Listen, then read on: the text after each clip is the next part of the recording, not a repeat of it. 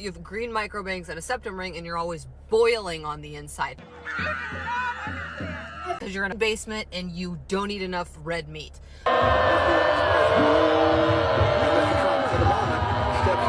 Scratch their heads, wondering what to make of it.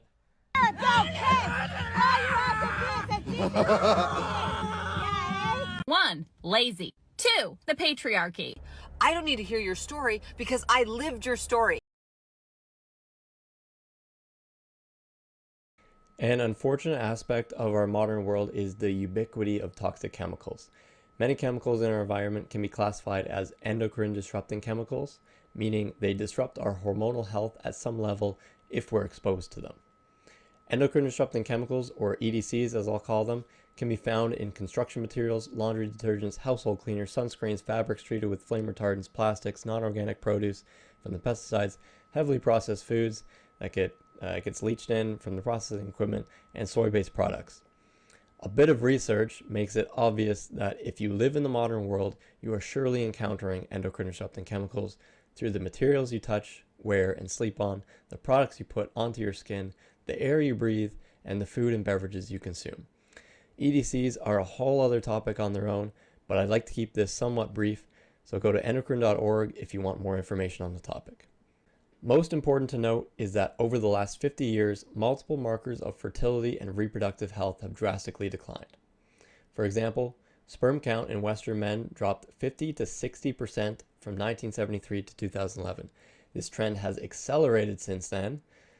Why this is the case is a debated topic. There are many lifestyle factors that can play into sperm count and overall testosterone levels. However, it's well understood that EDCs such as phthalates and BPAs, which are both used in plastics, lower testosterone. In both males and females, testosterone is crucially important for energy levels, sex drive, and bone and muscle growth and development. Females measured with higher levels of phthalates in their body reported less sexual satisfaction. Adult males exposed to certain common pesticides that contaminate drinking water at biologically relevant levels have been shown to have significantly lower sperm counts below the range for fertility. Fortunately, many of these pesticides have short half-lives and exposed men can recover within months. However, if a female pregnant with a boy has high levels of EDCs, negative consequences such as low sperm count, poor health, and lower life expectancy are likely irreversible. With few exceptions, in all animal studies, males have longer anogenital distances compared to females. Anal genital distance is basically the distance from the anus to the genitals. During weeks 8 to 14 of gestation, the male fetus is exposed to higher concentrations of androgens as part of the process of masculinization. Longer anogenital distances at birth are a marker of healthy masculinization in males, as it is androgen exposure that increases the AGD. Shorter AGD distances in men reliably predict lower sperm counts. Low sperm counts predict lower life expectancies in males, while females with higher levels of phthalates, while pregnant with boys, give birth to boys with smaller AGDs. And it appears that this isn't just a problem for a small number of people. A study found that over 1/4 of US women tested had phthalate metabolites at concentrations that were high enough to reduce AGD and impair testicular descent in their male babies. Tyrone Hayes was first hired in 1997 by a company that later became agribusiness giant Syngenta.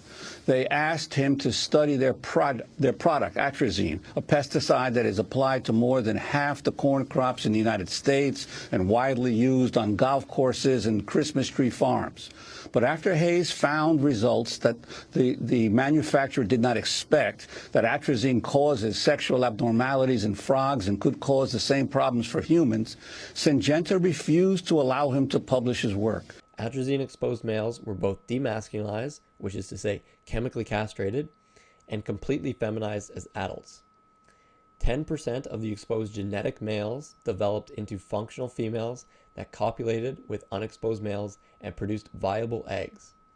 Atrazine-exposed males suffered from depressed testosterone, decreased breeding gland size, demasculinized/feminized laryngeal development, suppressed mating behavior, reduced spermatogenesis, and decreased fertility. These data are consistent with effects of atrazine observed in other vertebrate classes. The present findings exemplify the role that atrazine and other endocrine disrupting pesticides likely play in global amphibian declines. So to summarize this, what they were basically saying is that they took atrazine in levels that you might find in an American city in their drinking water, and they took those same levels of atrazine and exposed male frogs to this level of atrazine, and basically almost all of the frogs were demasculinized in a way. They were more feminine and less masculine, and even 10% of them were not just feminized, but completely turned into females that could produce their own eggs and reproduce. Frogs don't regularly do this. Some people might think that frogs sometimes do this naturally. Frogs don't do this, at least this species of frogs.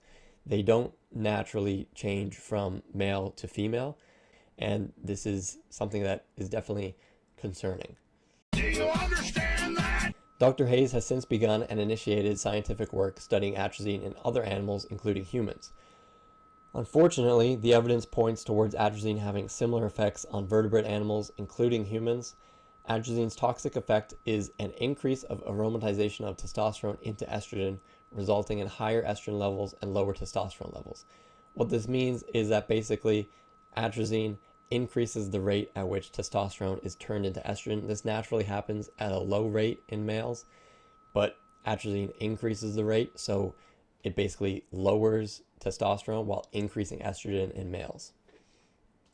Women exposed to medium to high levels of triazine herbicides, atrazine is a triazine, are at significantly increased risk for breast cancer, and men exposed are more likely to get prostate cancer.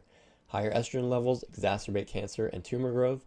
Controlled studies in rats show that atrazine causes mammary or breast and prostate cancer in rodents.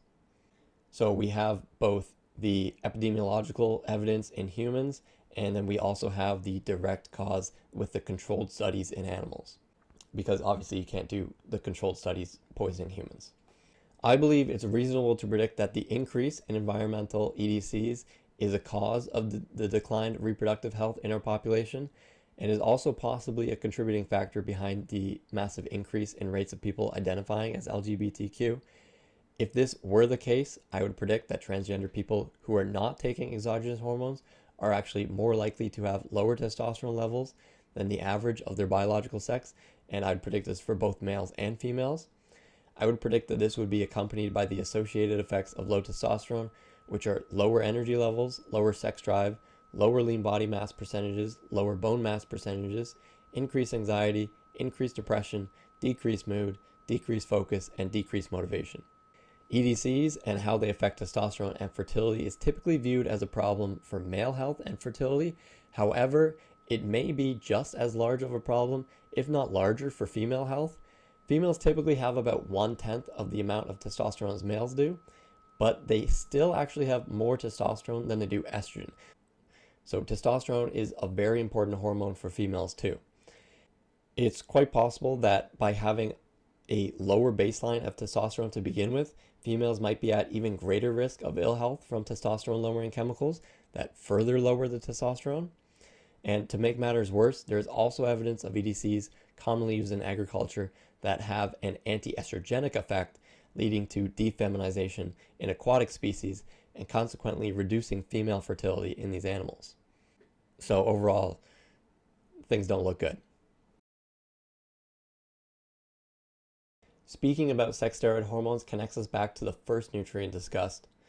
Cholesterol is a precursor to all sex steroid hormones, including testosterone. Both low dietary cholesterol intake, as well as low total cholesterol in the blood, are associated with low testosterone. There are two possible consequences to consider about this relationship. One being that if testosterone is reduced by EDCs, then more cholesterol might be diverted towards testosterone production, which means that less cholesterol is available to fulfill its many other functions. A second consideration is that someone may be low in cholesterol and testosterone already, and the further reduction in testosterone caused by endocrine disrupting chemicals makes the situation even worse. Understanding that mental health reflects physical health, we can think of how poor physical and reproductive health caused by EDCs might show up as poor mental health as well. The following are all effects associated with low testosterone: lower energy levels, lower sex drive, lower lean body mass percentages, lower bone mass percentages, increased anxiety, increased depression, decreased mood, decreased focus, and decreased motivation. At this point, it shouldn't surprise us that lower energy levels are common with increased depression, decreased mood, decreased focus, decreased motivation, and lower sex drive, right? Those go together. Less energy to do those things. You need ample energy to have a positive mood. You need ample energy to focus and to be motivated. If you don't have enough energy, you'll shunt energy away from positive mood, focus, motivation, and reproduction so that the energy you do have can be spent on surviving. It also should not surprise us that lower lean body mass percentages and lower bone mass percentages are going to be common with increased anxiety. The degree to which someone is weak, fragile, and vulnerable is the degree to which they tend to be anxious. If someone's reproductive health was poor, perhaps because of low testosterone or for other reasons, it would be reasonable to expect that their mental health and anxiety around gender and sexuality would be troubled as well.